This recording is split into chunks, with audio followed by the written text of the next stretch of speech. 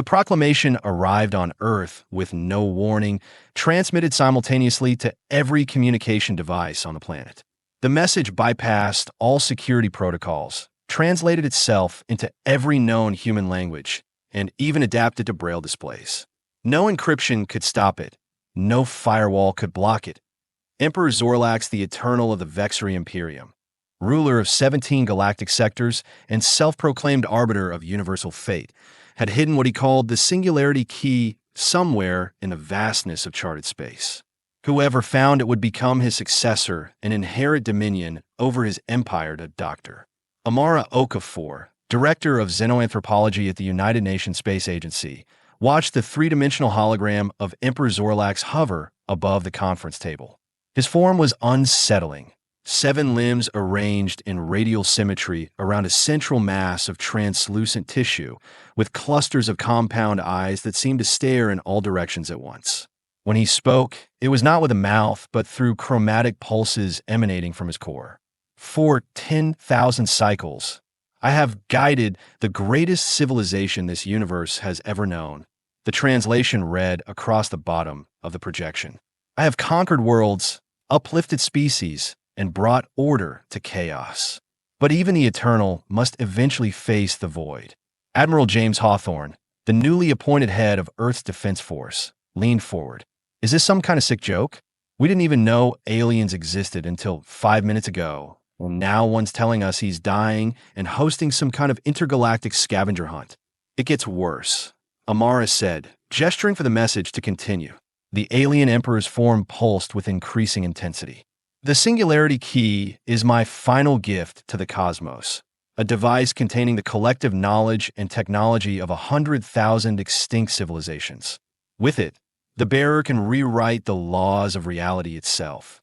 Such power cannot be entrusted to just anyone. A series of mathematical equations and star charts appeared alongside the Emperor. I have hidden the key where only the worthy might find it. You have 1 standard galactic year before my passing.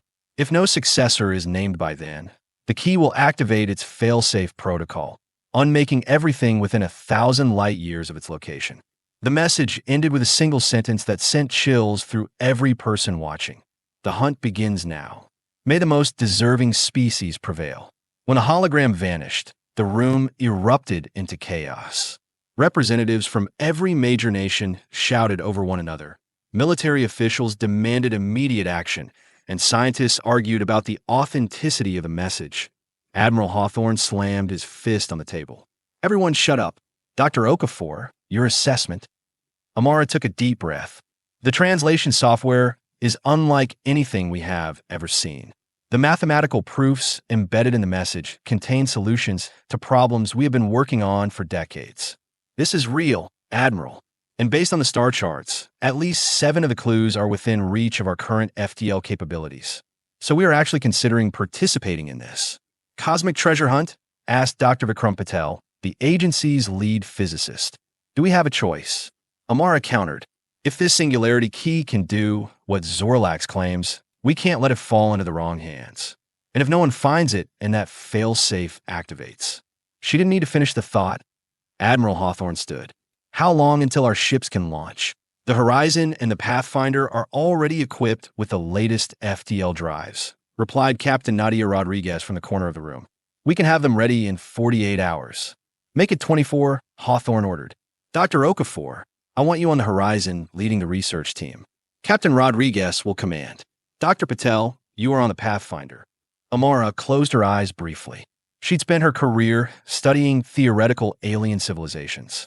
Now she was about to face them in person and compete against them in a race that might determine the fate of humanity itself. One more thing, Admiral Hawthorne added grimly. According to our deep space monitoring stations, we weren't the only ones who received this message. At least 27 vessels from unknown origins have already begun moving toward the coordinates in Xorlax's clues. Amara gathered her data tablet and stood. Then we better start figuring out these clues. The game is already afoot, and we're playing catch-up. As she headed toward the door, Hawthorne called after her. Dr. Okafor, what are our chances? She paused, considering the honest answer versus what the Admiral needed to hear. In the end, she chose honesty. We are newcomers to interstellar travel, facing species that have likely been spacefaring for millennia. They have better technology, more experience, and probably a greater understanding of Xorlax's empire. She allowed herself a small smile. But we have something they don't. And what's that? We are human, Admiral. Throughout our history, we have been told something was impossible, only to do it anyway. We have overcome plagues, ice ages, and our own self-destructive tendencies. We climbed out of the gravity, well, when we were still figuring out how atoms work. Her expression hardened with determination. We are the underdogs, but that's a position humanity has always thrived in. Captain Nadia Rodriguez had never believed in aliens, at least not the kind intelligent enough to build spaceships and contact Earth. That disbelief made the current situation all the more surreal as she guided the horizon toward the first set of coordinates from Emperor Xorlax's message. Dropping out of FTL in 3, 2, 1, announced the navigator. The stars stretched and then snapped back into position as the ship returned to normal space. Immediately, alarms blared across the bridge. Multiple vessels detected, called out the sensor officer. 7. No. 8 ships of unknown configuration. They are. Captain, they're firing on each other. The view screen showed a chaotic battle between sleek, dart-like vessels and bulky ships that resembled floating fortresses. Energy weapons crisscrossed the void, while smaller craft darted between the larger ships. Shields up, weapons on standby, ordered Rodriguez. And get Dr. Okafor up here now. Amara arrived moments later, her eyes widening at the scene before them. The blue ships are Triskelion vessels, a trading consortium mentioned in the xenoanthropology database Xorlax included. The larger ones must be Yoth Dominion warships. They're fighting over this. Rodriguez gestured toward the seemingly empty region of space. Not empty, Amara said, pointing to her tablet. The first clue mentioned the ancient Waypoint where 3 stellar streams converge. This is it, a navigational marker from some long-dead civilization. According to the data we received, it should contain the next set of coordinates. Rodriguez frowned. So what's our play? Wait until they destroy each other and then slip in. We don't have that luxury, Amara replied. The marker will only transmit its data to the first ship that connects with it. After that, it goes inert.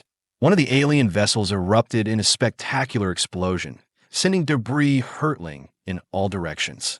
The horizon's shields flared as fragments pinged against them. They detected us, announced the tactical officer. 2 Yoth vessels breaking off and heading this way. Rodriguez assessed the situation quickly. The horizon wasn't built for combat, but it had been equipped with Earth's best defensive systems and a few experimental weapons. Still, against ships that have been fighting interstellar wars for centuries. Dr. Okafor, can you pinpoint the exact location of this waypoint?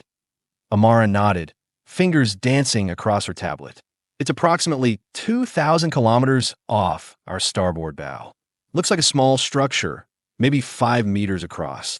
Ensign Park, Rodriguez addressed the helmsman. Plot a course that uses the ongoing battle as cover.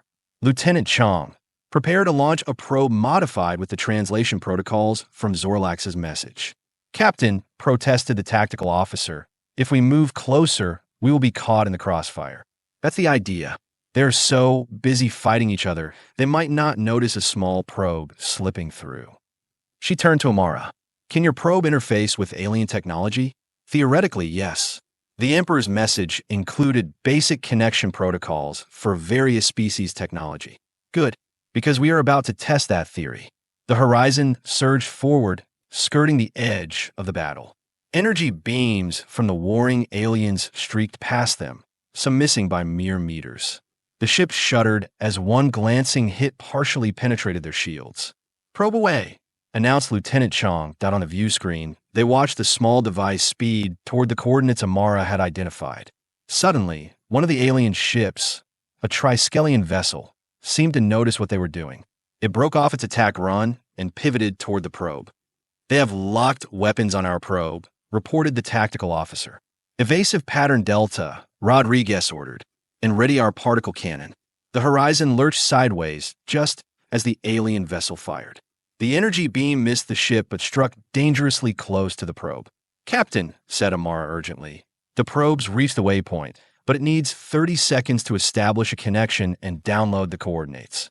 It won't have 30 seconds, Rodriguez replied grimly, watching as the Triskelion ship prepared to fire again. She made a quick calculation, one she hoped wouldn't get them all killed. Target their weapons array and fire. The Horizon's particle cannon discharged, a blindingly bright beam that struck the alien vessel precisely where Rodriguez had aimed. The ship's weapon ports flickered and went dark. For a moment, there was silence on the bridge as everyone waited for the response. It came swiftly, but not from the direction they expected. Captain, the Yoth vessels are breaking off their attack on the Triskelions. They are positioning themselves between us and them. On the screen, the massive Yoth ships were indeed forming a protective barrier, their weapons now targeting the Triskelion vessels. Connection established, reported Chong. Probe is downloading data from the waypoint. Rodriguez exchanged a puzzled look with Amara. Why would they help us? Before Amara could answer, a communication request flashed on the central console. After a moment's hesitation, Rodriguez accepted it. A being appeared on screen, vaguely humanoid, but with gray-green skin and 4 eyes arranged vertically down the center of its face. When it spoke, the ship's computer translated. Humans of Earth, the alien said. I am Commander Draz of the Yoth Dominion. We intercepted your transmission to your probe. Your solution was unexpected, creative. The Triskelions would have destroyed that waypoint rather than let anyone else access it. You found a third path. We are grateful for your assistance, Commander, Rodriguez replied cautiously. The alien made a gesture that might have been a shrug. The Emperor's game favors the established powers. My people have long believed this is. How do you say it? Not right. Perhaps new blood is what the galaxy needs. He paused. The data your probe retrieved. It points to an artifact in Sector 814. We will not pursue it. Why tell us this? Asked Amara, stepping forward. Because, Dr. Okafor, your species reminds me of what the Yoth once were, before centuries of imperial rule calcified our thinking. Your approach was unorthodox, efficient, and you disabled your opponent without destruction when you could have easily destroyed them. The alien commander's 4 eyes blinked in sequence. We will be watching your progress with interest. The communication ended abruptly. Moments later, the Yoth vessels engaged their drives and disappeared into FTL, leaving the damaged Triskelion ships behind. Download complete, announced Chong. We have a next set of coordinates. Rodriguez leaned back in her captain's chair, processing what had just happened. It seems we have made our first ally, or at least, not an enemy. Amara nodded thoughtfully. The Yoth are known as strategists. If they are helping us, it's because they see an advantage in it. Or maybe, Rodriguez suggested with a hint of pride, they're just impressed by humanity's approach. Either way, said Amara, studying the new coordinates, we now have our next destination and a head start on most of our competition. As the Horizon prepared to jump to FTL, Amara couldn't help but wonder what other surprises awaited them. They made first contact, survived their first potential space battle, and secured the first clue in Emperor Xorlax's cosmic treasure hunt. Not bad for humanity's first day on the galactic stage. The second clue led the Horizon to an ancient space station orbiting a dying red giant star. According to the data they gathered, this station had once been a center of learning for a species called the Archivists, beings dedicated to preserving knowledge from across the galaxy.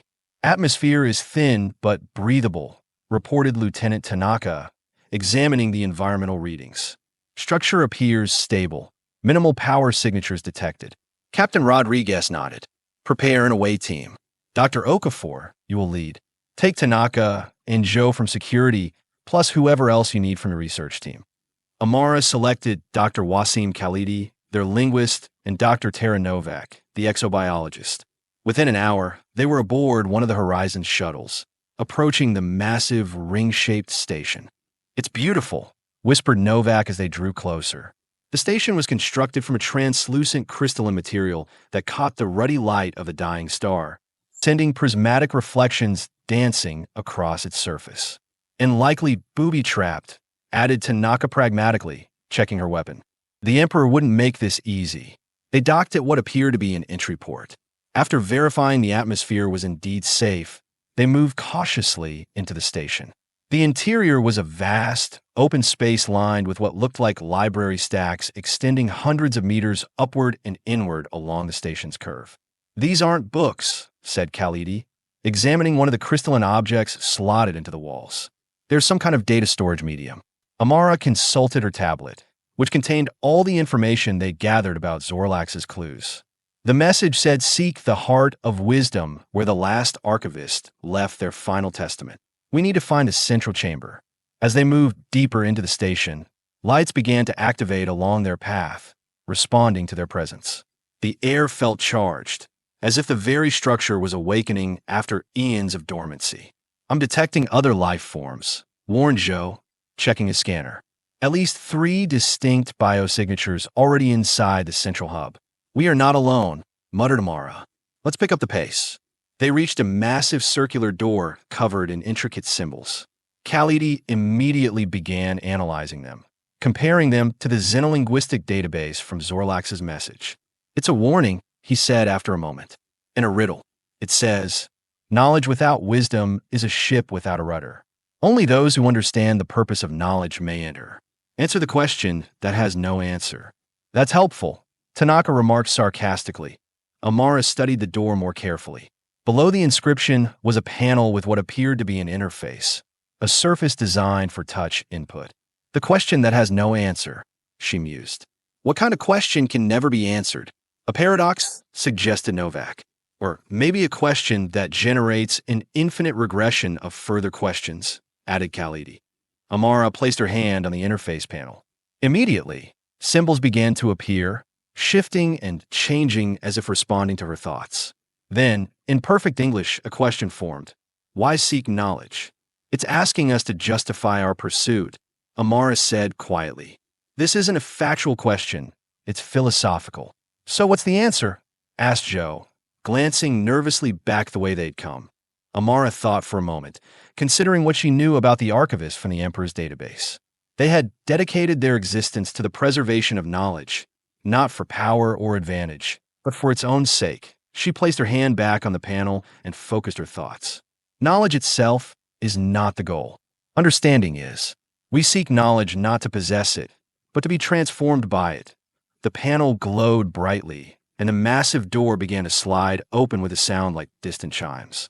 Beyond it lay a vast spherical chamber, with walkways extending from the entry point to a central platform suspended in midair.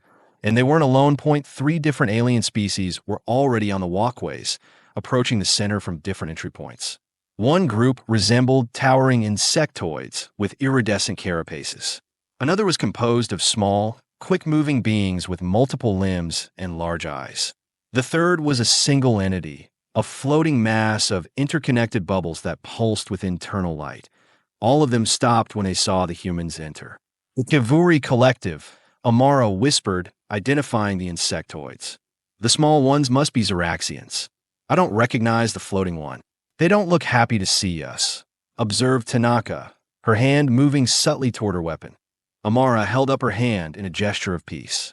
"We are not here to fight," she called out, hoping the universal translator would convey her meaning. The leader of the Kavuri stepped forward on the walkway. Its mandibles clicked rapidly before the translation came through. "Humans. We did not expect your kind to make it this far. You are new to the stars." "New, but determined," replied Amara. "We have as much right to be here as any of you." The floating entity pulsed rapidly, its translation coming through as a melodic series of tones. "The right perhaps, but not the wisdom. The Singularity Key is not for primitive species." Before Amara could respond, the central platform suddenly illuminated. A holographic figure appeared, a tall, willowy being with 4 arms and a head that tapered to a point. Though long extinct, this had to be an Archivist. "Seekers of the Key," the hologram announced, "you have passed the first test by answering the unanswerable question. Now comes the trial of wisdom." The chamber darkened, and stars appeared around them, a 3-dimensional map of the galaxy. "Before you lies the sum of Archivist knowledge," continued the hologram. "Somewhere within it is hidden the next clue to the Singularity Key. You may each ask 3 questions to narrow your search. Choose wisely, for the questions themselves reveal the questioner." The Xeraxian leader immediately stepped forward. Show us the locations of all Archivist outposts in Sector 9. The galaxy map zoomed and highlighted dozens of points. The Kavuri leader went next. Identify the systems where Archivist technology exceeded level 7 on the Kardashev scale.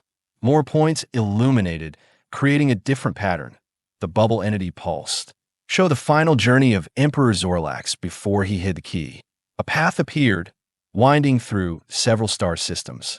When it came to Amara's turn, she paused, considering carefully. The other species were asking for specific technological or historical information, taking direct approaches to finding the key. But something about this trial suggested a different path. Show us what the Archivist considered their greatest achievement, she said finally.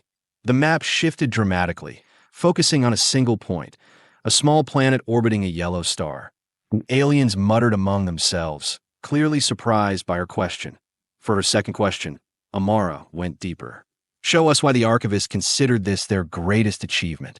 The hologram changed, displaying scenes from the planet's history, a species on the brink of self-destruction, torn by war and environmental collapse. Then, subtle interventions. Information appearing in dreams, unlikely discoveries, chance meetings that changed the course of history. The planet stabilized, the species unified, and eventually took to the stars themselves. They saved them, whispered Novak, without ever revealing themselves. Amara nodded, understanding dawning. For her final question, she took a risk. Show us what the Archivist believed the Singularity Key should be used for. The chamber went completely dark. Then, a single image appeared, a galaxy filled not with stars, but with connections between worlds. Lines of communication, exchange, and mutual support linking every inhabited system. Unity, Amara breathed. The Archivist hologram reappeared, now facing directly toward the humans.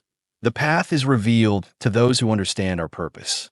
The next coordinates are yours, children of Earth. A stream of data flowed from the hologram directly to Amara's tablet. The other aliens watched in stunned silence. The Kavuri leader stepped forward angrily. This is unjust. They are newcomers, untested in cosmic affairs. Perhaps that is precisely why they see what you cannot, replied the hologram. The trial of wisdom is complete. As the hologram faded, the chamber began to tremble. I believe that's our cue to leave, said Amara urgently. They retreated quickly to their shuttle, the alien groups doing the same.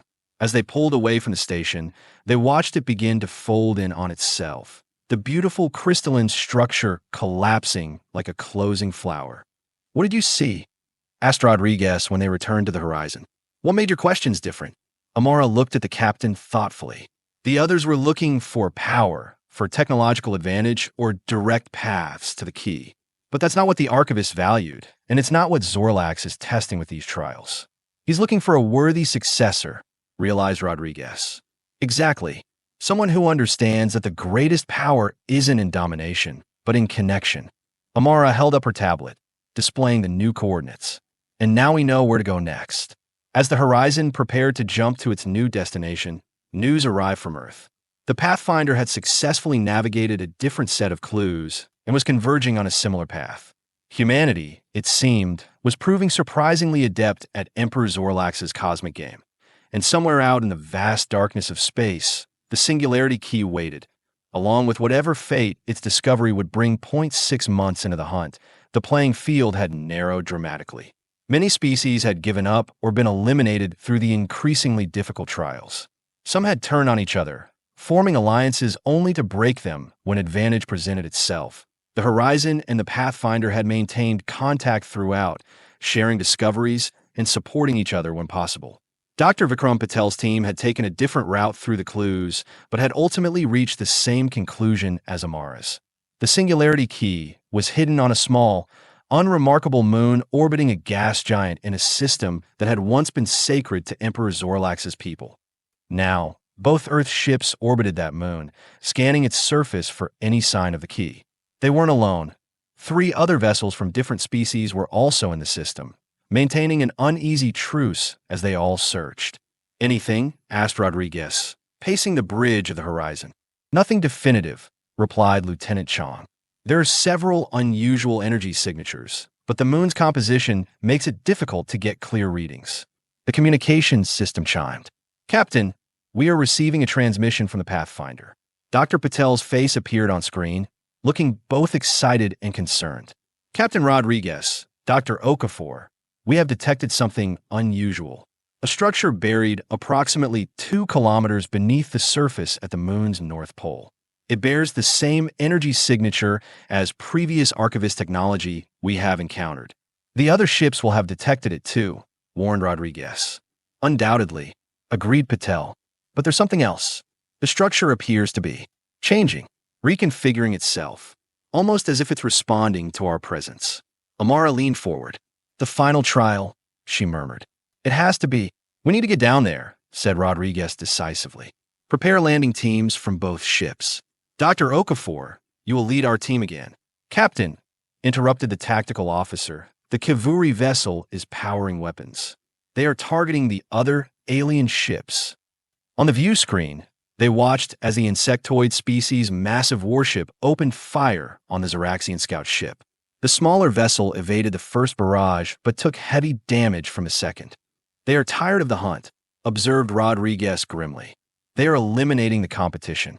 The third alien vessel, belonging to a species called the Meraki that had entered the hunt late, returned fire on the Kavuri. Space around the moon erupted into chaos. They will target us next, warned Patel over the still-open channel. We need to move quickly.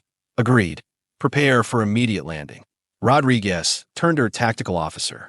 Lieutenant, can you create a distraction? Something to keep them busy while our teams get to the surface. I can modify some probes to emit the same energy signature as the structure below. Make them think we have found multiple potential locations for the key. Do it, and prepare our defense systems. We might need to fight our way out of here. Within 30 minutes, 2 shuttles, one from each Earth ship, were racing toward the moon's surface, using the battle above as cover. The decoy probes worked as planned, causing the alien vessels to split their attention. The shuttles landed near the coordinates Patel had identified. Amara led her team out onto the barren surface, the weak light of the distant sun casting long shadows across the cratered landscape. The entrance should be approximately 200 meters northeast of our position, reported Dr. Novak, consulting her scanner. They moved carefully across the rocky terrain, watching as flashes of weapons fire occasionally illuminated the sky above. Whatever happened, they were committed now. They found what appeared to be a small crater.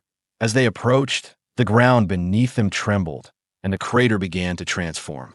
Rock and dust fell away, revealing a perfectly circular opening with a spiraling ramp leading downward. Well, that's not ominous at all, remarked Lieutenant Zhou. It's inviting us in, said Amara. She looked to Patel, who had arrived with his team from the Pathfinder. Shall we? The scientist nodded, his expression a mixture of fear and excitement. Together, the combined teams descended the ramp, their lights illuminating walls covered in shifting symbols similar to those they'd seen on the Archivist station. The tunnel continued downward for nearly a kilometer before opening into a vast chamber. At the center stood a pedestal, and on it, a small crystalline object about the size of a human hand, glowing with an inner light that seemed to pulse in time with their heartbeats. The Singularity Key, breathed Patel. But between them and the pedestal stood a final challenge, a field of energy that rippled and flowed like liquid light. Analysis? Asked Amara, directing her question to both research teams. It's some kind of quantum barrier, said Dr. Khalidi, studying his readings. It's scanning us, analyzing our molecular structure, our neural patterns, everything. A voice suddenly filled the chamber. Not Emperor Xorlax this time, but something older, deeper, with harmonics that seemed to resonate with the very atoms of their bodies. The final trial is not one of knowledge or of strength, it said. It is a trial of intent. The barrier will allow passage only to those whose deepest desire aligns with the true purpose of the key. Amara looked at her colleagues. The Archivist showed us what they believe the key should be used for: connection, unity, mutual support between worlds. But is that what we truly want deep down? Asked Patel thoughtfully. Not just what we think we should want.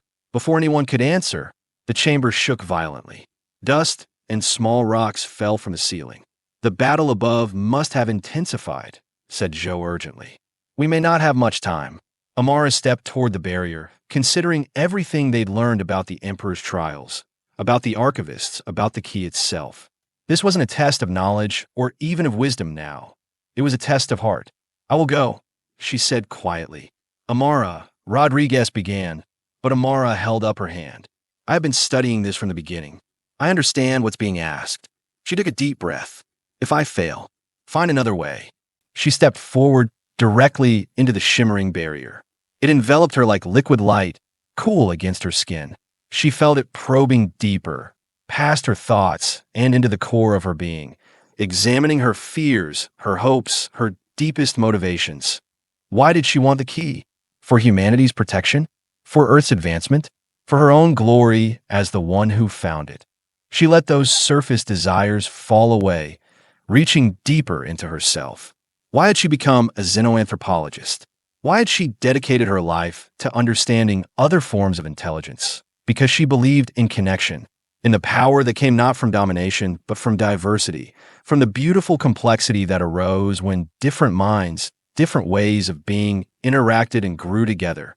The barriers seemed to pulse around her, resonating with this truth. Suddenly, she was through, standing before the pedestal.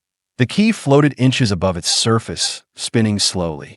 Up close, she could see it wasn't a single crystal, but countless smaller ones, arranged in patterns of impossible complexity. Behind her, the others called out in warning. The chamber shook more violently, and parts of the ceiling began to collapse.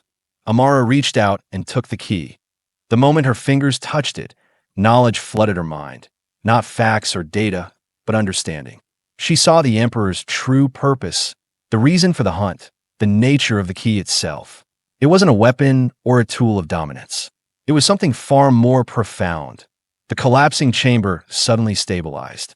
The energy barrier dissolved, and in the space where the pedestal had been, a hologram of Emperor Xorlax appeared, but different from the message that had started the hunt. This version seemed older, wearier, his translucent tissue clouded with age. "You have found the key," he said, his chromatic pulses soft and measured. "And in doing so, you have revealed yourself as worthy successors." "Successors?" echoed Patel, now standing beside Amara. "You said only one could claim the key." "Unnecessary deception," replied the Emperor. "Had I revealed the truth, those seeking power would have never participated, and you would never have been tested." "What is the truth?"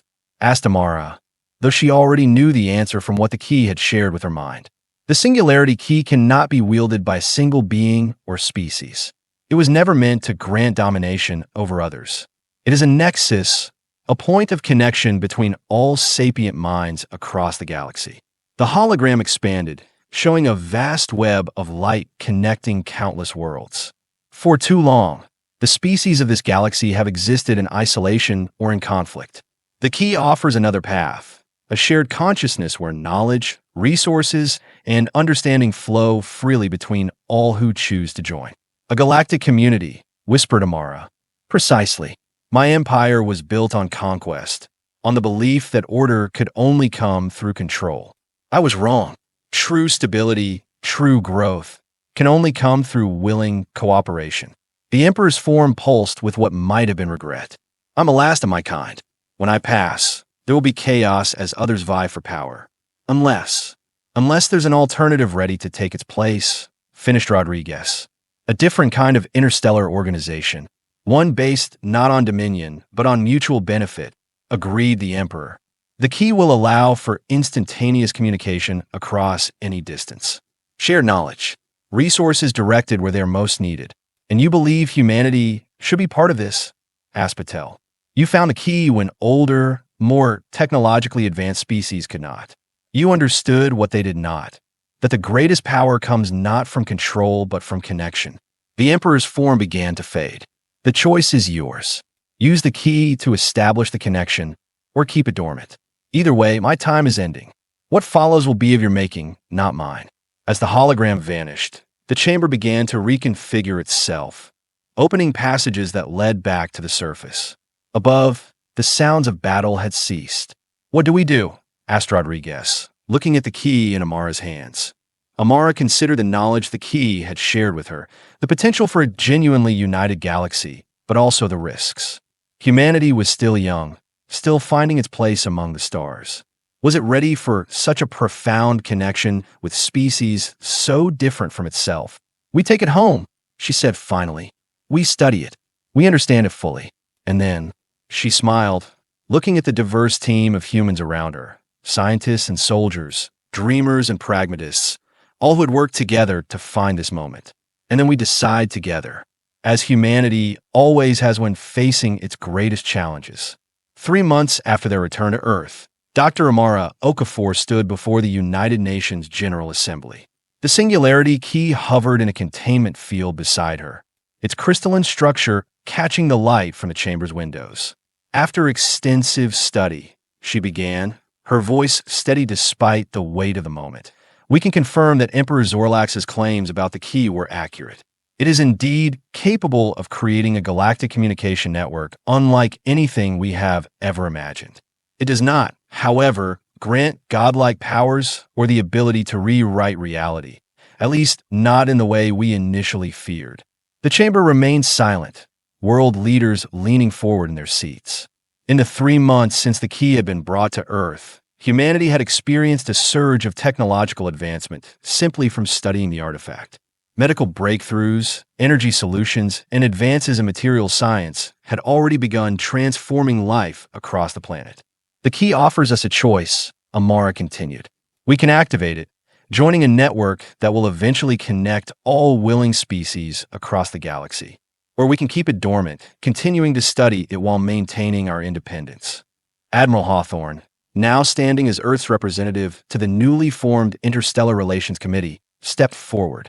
"What we have learned from our encounters during the hunt suggests most spacefaring species fall into one of two camps," he explained. "Those who seek domination, like the Kavuri, and those who seek cooperation, like the Yoth. The latter have already extended diplomatic overtures to Earth, regardless of our decision about the key." Amara nodded. "The Meraki and Xeraxians have done the same. They recognize that humanity brought something unique to the Emperor's trials, a perspective that values both individual achievement and collective progress." "And the threat of retaliation from those who lost the hunt?" asked the Secretary General. "Real, but manageable," replied Hawthorne. "Our technological advances since studying the key have significantly improved our defensive capabilities, and our potential allies outnumber our potential enemies." Dr. Patel stepped up beside Amara. "There's something else you should know. The key isn't simply a communication device. It's alive in a sense. It learns, adapts, and responds to the civilizations that use it. The more species that join the network, the more powerful and beneficial it becomes." Murmurs spread through the assembly as leaders conferred with advisors. "You are asking us to take an evolutionary leap," said the representative from Brazil. "To fundamentally change what it means to be human by connecting our minds with alien species we barely understand." "No, Amara directamente. The connection isn't forced or absolute. Each species, each individual even, chooses the degree of their participation. The key creates possibilities for exchange, but doesn't mandate it." Captain Rodriguez, now promoted to fleet commander, joined them at the podium. "As someone who spent the last year in space, encountering civilizations both hostile and helpful, I believe isolation is no longer an option for humanity. We have been noticed. We have made an impression. The galaxy knows we exist, and they are watching to see what we will do next." The debate continued for hours, representatives from every nation voicing concerns, hopes, and questions. Finally, the Secretary General called for a vote, not on whether to activate the key, but on something more fundamental. "The question before us is not just about this artifact," she said, gesturing to the key. "It's about humanity's place in the cosmos. Are we ready to take our seat at a table we didn't build, playing a game whose rules we are still learning? Or do we need more time to prepare ourselves?" In the end, the vote was not unanimous, but the majority was clear. Humanity would take this step, cautiously, deliberately, but with characteristic determination. 1 week later, at a facility constructed specifically for the purpose, Amara stood with her hand poised above the key. Around her were representatives from 30 nations, along with Captain Rodriguez, Admiral Hawthorne, and Dr. Patel, the team that had found the key and brought it home. "The activation is designed to be gradual," Amara explained. First, a connection between the key and Earth's communication systems. Then, an extension to our colonies and outposts in the solar system. Finally, the interstellar link will open, but only to those species who possess compatible technology and who choose to respond. She placed her hand on the key. It warmed under her touch, the intricate crystals within beginning to pulse with inner light. For all of human history, we have looked to the stars and wondered if we were alone, she said softly. Today, we know the answer is no. And today, we take our first real step into a larger community.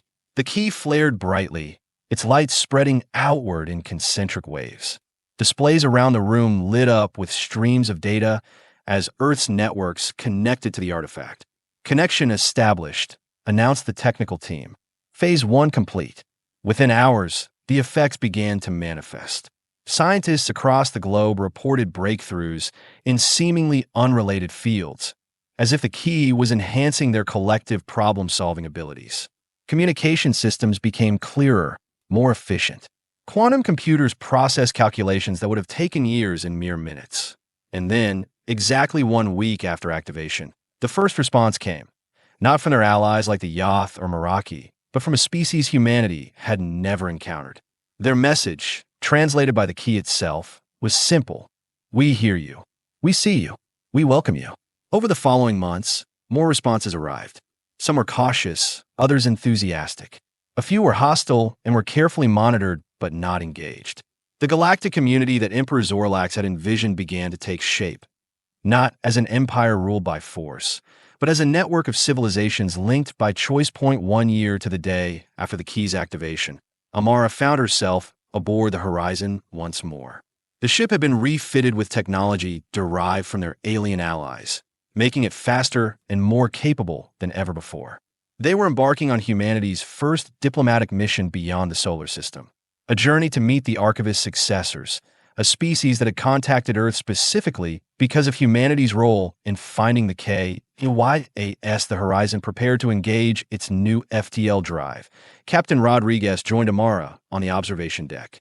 Having second thoughts? She asked, noting Amara's pensive expression. Not second thoughts, Amara replied, watching as Earth grew smaller in the viewport. Just awareness of the scale of what we have started. Humanity went from discovering we weren't alone to helping reshape the galaxy in less than 2 years. Rodriguez smiled. That's what humans do, isn't it? Adapt, evolve, face the impossible, and somehow find a way through. And usually without a user manual, added Amara with a laugh. The ship's engines hummed as the FTL drive engaged. Stars stretched into lines of light around them as the horizon leapt forward, carrying humanity's representatives deeper into the cosmic community they had helped create in the secure chamber deep within the ship. A replica of the Singularity Key pulsed in time with its original on Earth. It wasn't just a tool or a technology, it was a promise. A reminder that in a universe vast beyond comprehension, connection was the greatest power of all. And humanity, for all its youth and inexperience, had proven worthy of wielding it. As Emperor Xorlax had foreseen, the most powerful object in the universe wasn't a weapon or a miracle machine. It was the bridge between worlds, between minds, between possibilities that IT was, in the end, the future itself.